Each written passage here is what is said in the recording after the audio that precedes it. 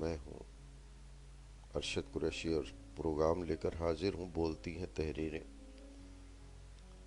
جیسا کہ آپ کے علم ہے، ہم سماج ریڈیو کی توسط سے ہم ایسے پروگرام لے کر حاضر ہوتے ہیں، اور انہی میں ایک ہمارا سلسلہ ہے بولتی ہیں تحریریں۔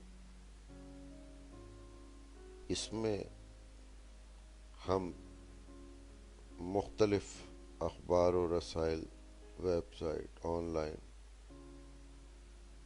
میں چھپنے والی، شائع ہونے والی ان تحریروں کو پڑھ کے سناتے ہیں جو بہت پر اثر ہوتی ہیں، اور ہمیں محسوس ہوتا ہے کہ یہ آپ کی سماعتوں تک ضرور پہنچنا چاہیے۔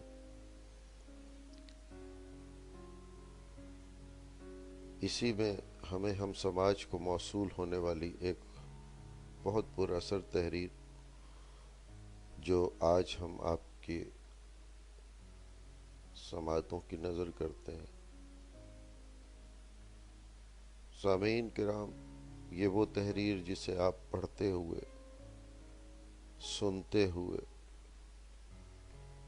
کئی جگہوں پہ اداس ہو جائیں گے، کئی جگہوں پہ آپ کے جسم میں تھر تھراہٹ سی پیدا ہو جائے گی، کئی جگہوں پر شاید آپ کی آنکھیں بھی پرنم ہو جائیں، لیکن انہی پرنم آنکھوں سے سوچئے گا اس وطن کے حصول کے لیے ہمارے پرکھوں نے کیا کچھ نہیں کھویا، تب جا کر یہ آزادی ہمیں میسر آئی۔ آئیے عظمیٰ شکور صاحبہ کی تحریر جس کا عنوان ہے جہد مسلسل، اسے سنتے ہیں۔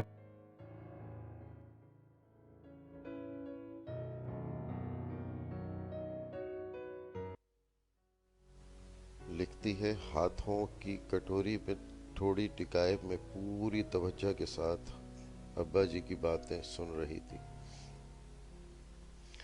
جیسے میں ایک ایک لفظ کو حفظ کر رہی تھی، کیونکہ ابھی سے محبت شدید تھی اور میرے اسٹورنگ ابھی جیسا کوئی ہو ہی نہیں سکتا۔ میں خود کو ہمیشہ یقین دلاتی پاکستان کیسے بنا، میں ایک ایک لمحہ جانتی تھی کہ کیا واقعات ہوئے۔ ابی جی کے پاس بیٹھ کر ان کی ساری باتیں سنتے میں نے یہ سب جانا تھا۔ ان باتوں کا یہ اثر ہوا کہ پاکستان کی محبت میری نس نس میں سما چکی۔ مجھے تو پاکستان آنے والی پہلی ٹرین میں پھیلے خون کی بو بھی محسوس ہوتی تھی، جیسے میں وہیں کہیں تھی۔ مجھے تو وہ وقت بھی ازبر تھا کہ جب گاؤں کے لوگ کھیتوں سے بھاگتے کھانا لیے آ رہے تھے، اور ان کے بہتے پسینے کی مہک سے بھی خلوص ٹپکتا تھا۔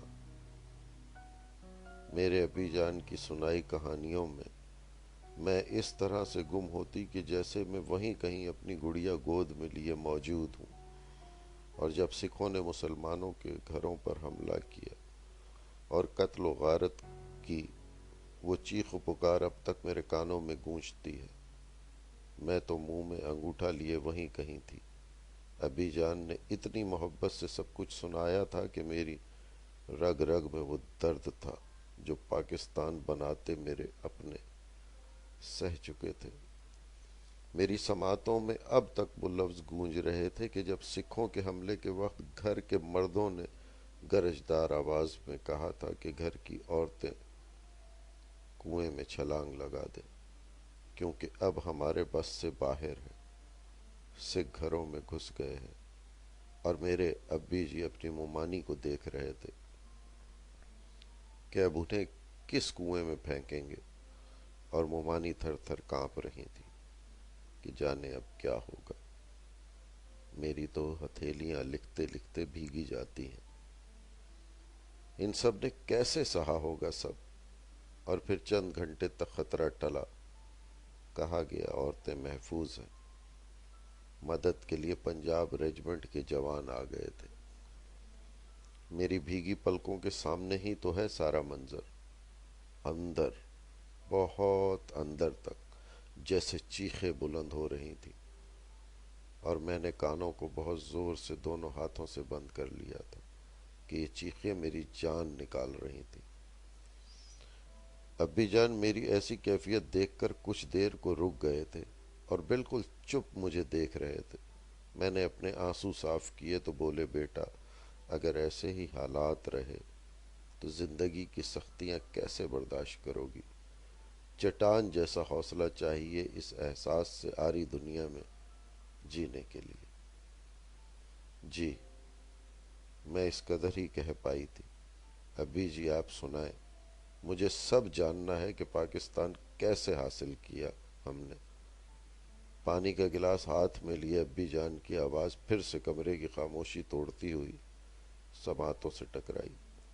بیٹا، قائد اعظم نے اس ملک کی خاطر اپنی بیماری چھپائی کہ اگر انگریز کو پتہ چلا کہ ان کا رہنما بیمار ہے تو وہ بس ان کی صرف موت کا انتظار کریں گے۔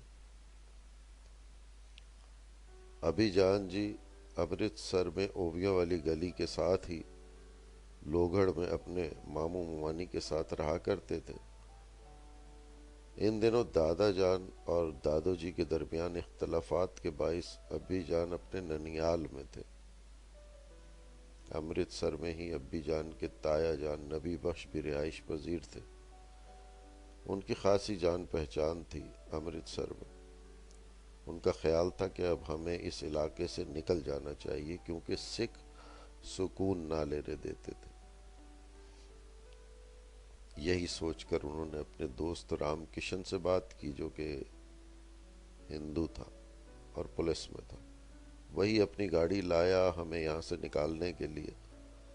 ابھی جان اپنی چپل ڈھونڈ رہے تھے کہ تایا ابا نے ڈانٹا کہ بچے آپ جوتے تلاش کرنے میں وقت ضائع کر رہے ہو، ادھر ہندو سکھ ہماری جان کے در پہ ہیں۔ میں نے چپ چاپ ممانی کا ہاتھ پکڑا مگر وہ رکی اور انہوں نے زیور کا ڈبہ اٹھایا اور میرے ہاتھوں میں دے دیا۔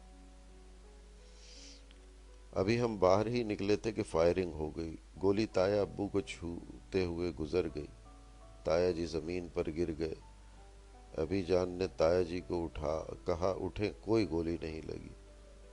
وہ بولے، شکور تم لوگ جاؤ، مجھے گولی لگ گئی ہے۔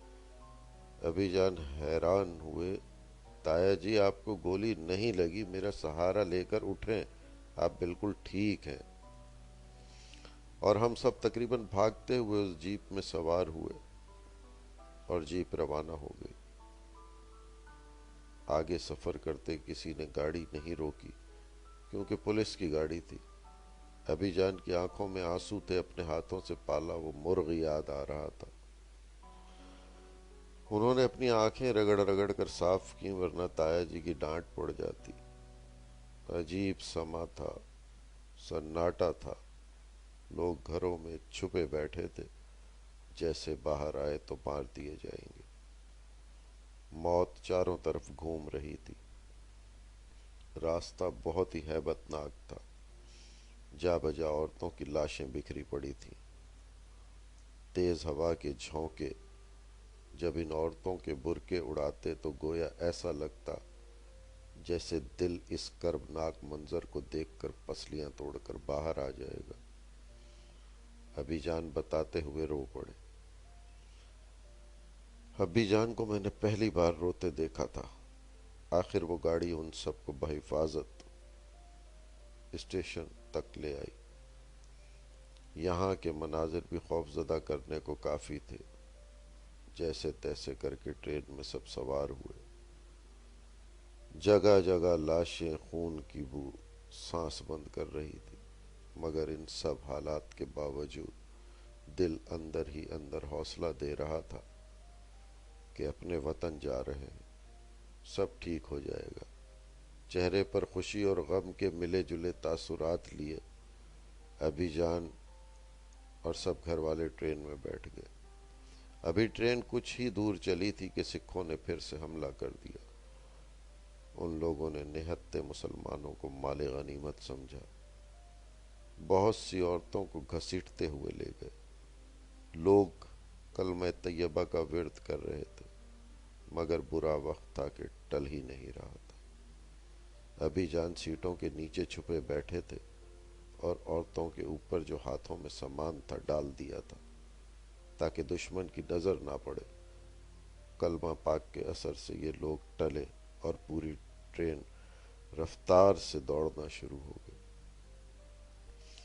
اپنے امرتسر کو چھوڑتے سب کی آنکھیں بھیگی جا رہی تھیں، مگر جب لوگ درندے بن جائیں تو اپنا شہر چھوڑنا ہی پڑتا ہے۔ دل میں انجانی سی خوشی تھی۔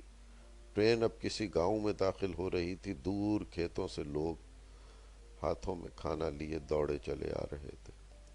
ایک جھٹکے سے ٹرین رکی تو بہت سے لوگ اپنے بھائیوں کی مرہم پٹی کرنے ٹرین کی طرف لپکے۔ کسی کے ہاتھ میں کھانا تو کسی کے ہاتھ میں دودھ سے بھرے جگ تھے۔ وہ لوگ تو ایسے پیش آ رہے تھے جیسے ان کا ان دکھی لوگوں کے ساتھ خون کا رشتہ ہو، اور جیسے ان کی خدمت ثواب کے زمرے میں آتی ہو۔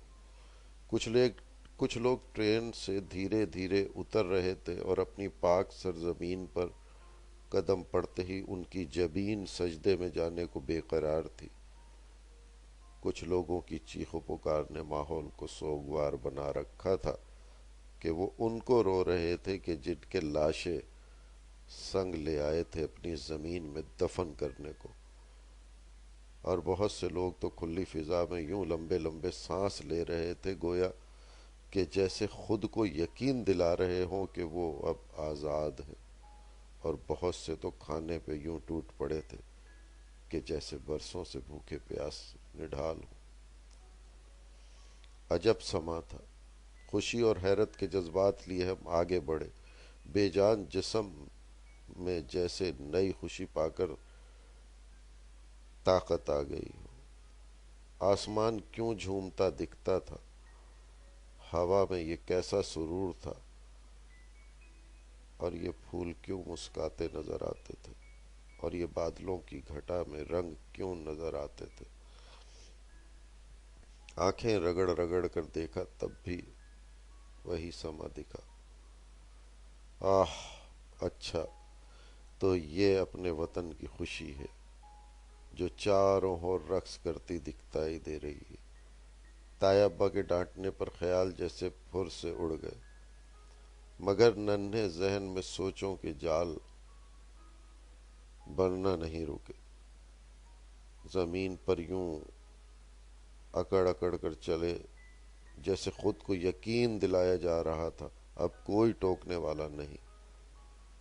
دکھ کہیں بہت پیچھے رہ گئے۔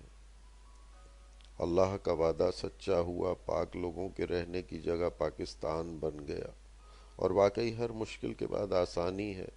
چہرے پر مسکراہٹوں کے تمام ہی رنگ موجود تھے۔ اپنا گھر، اپنی جنت، واہ رب، اتنے بڑے تحفے کے لیے بہت سارا شکریہ، اور جیسے ڈھیر سارا اطمینان دل میں اتر گیا تھا۔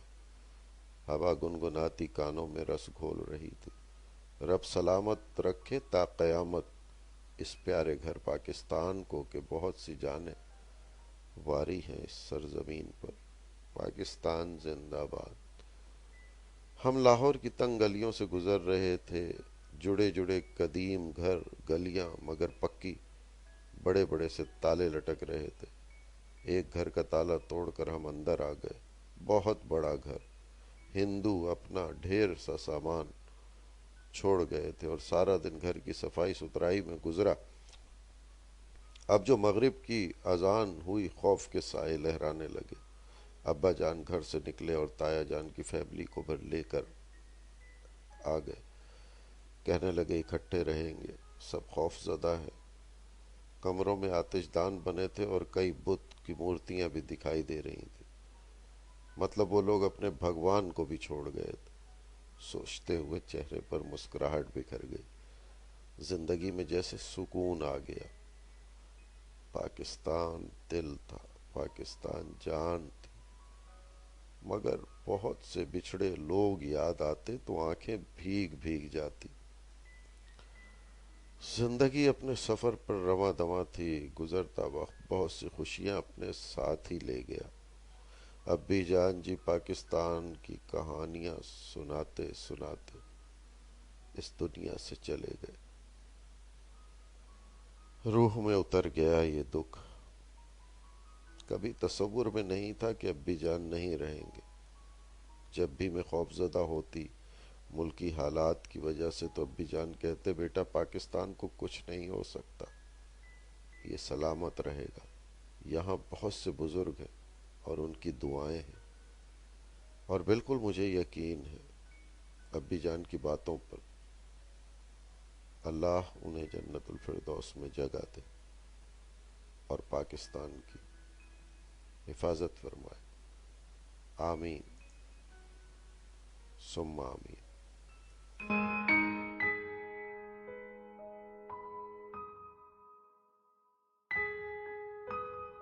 سامعین کرام، یہ آپ نے ایک تحریر سنی جو عظمیٰ شکور صاحبہ کی تھی۔